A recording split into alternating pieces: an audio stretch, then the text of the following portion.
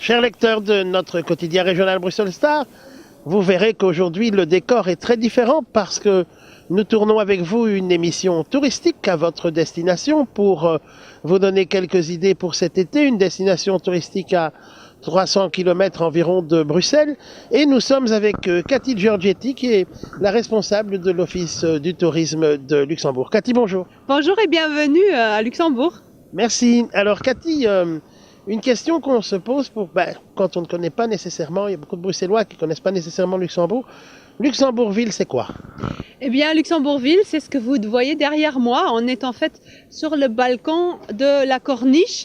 Il faut savoir que Luxembourg était à l'époque une ville forteresse et c'est encore ce qui fait le charme aujourd'hui. Pour les voyageurs qui veulent vraiment découvrir une ville très très différente de Bruxelles à 230 km, Luxembourg offre le charme d'une petite capitale, mais très très pittoresque. C'est en fait une ville qui se découvre en 2 jours et l'attrait principal, c'est ce panorama-ci, ce que vous voyez ici. C'est l'ancienne ville forteresse. En fait, c'est une ville qui est bâtie sur 2 niveaux avec des remparts, beaucoup d'espaces verts et très charmante. Alors justement, quand on vient à Luxembourg, on y vient combien de temps? 2 jours, 3 jours? Qu'est-ce qu'on peut y faire?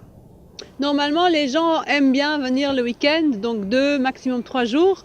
Donc je conseillerais de passer 1 ou 2 nuitées aussi pour sortir un peu le soir, pour aller manger, parce qu'on aime bien manger ici. C'est une ville très conviviale et c'est vraiment une ville qui se découvre à pied, surtout la vieille ville, les remparts, etc. Donc je dirais 2-3 jours. Alors la gastronomie luxembourgeoise justement ici, qu'est-ce qu'on peut en dire ici à Luxembourgville? Alors le numéro 1, c'est notre crément. On produit du vin blanc à Luxembourg. On a une 60aine de producteurs dans la région de la Moselle. Mais ce qui est vraiment extraordinaire, c'est le fameux crément luxembourgeois. C'est presque comme du champagne, j'ai envie de dire. On n'a bien sûr pas le droit de l'appeler champagne, mais c'est un peu du même genre. Il est aussi bon. Et il est aussi bon. D'ailleurs, si on fait un test avec... Oui, à l'aveugle. À l'aveugle, je ne suis pas sûre que vous allez faire la différence. Alors, quand on vient l'été aussi, il y aura cet été-ci, l'été 2015, beaucoup de possibilités de distraction sur le plan musical notamment. Ah oui, ça bouge énormément. Là, on va commencer la saison en plein air, festivalière urbaine.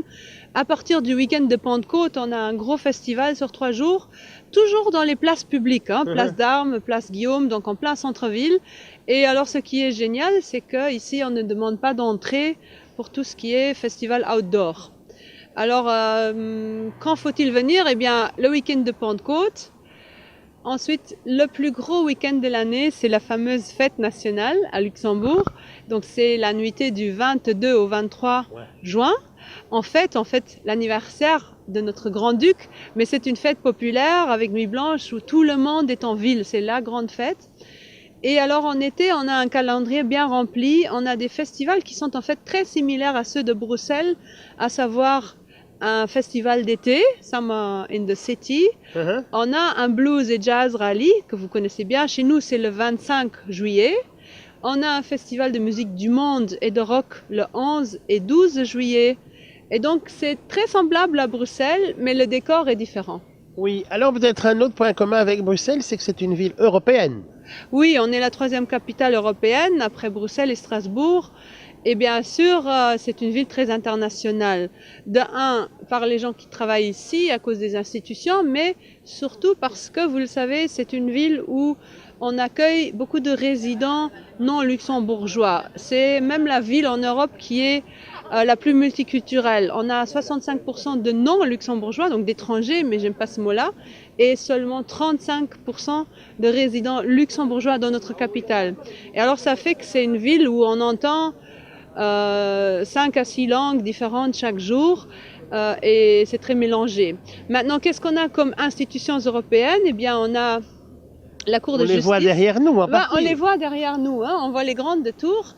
On a la Cour de justice européenne, la Cour des comptes européenne, la Banque européenne d'investissement. On a certains services de la Commission et du Parlement. Et on accueille 3 fois par an le Conseil des ministres. des 28. Et alors, pendant le deuxième semestre, à partir de juillet, on a aussi la présidence tournante du Conseil de l'Union européenne. Donc une vraie ville européenne avec beaucoup de points communs avec Bruxelles, mais très différente de par son architecture, de par sa taille, de par sa géographie et aussi de par son art de vivre.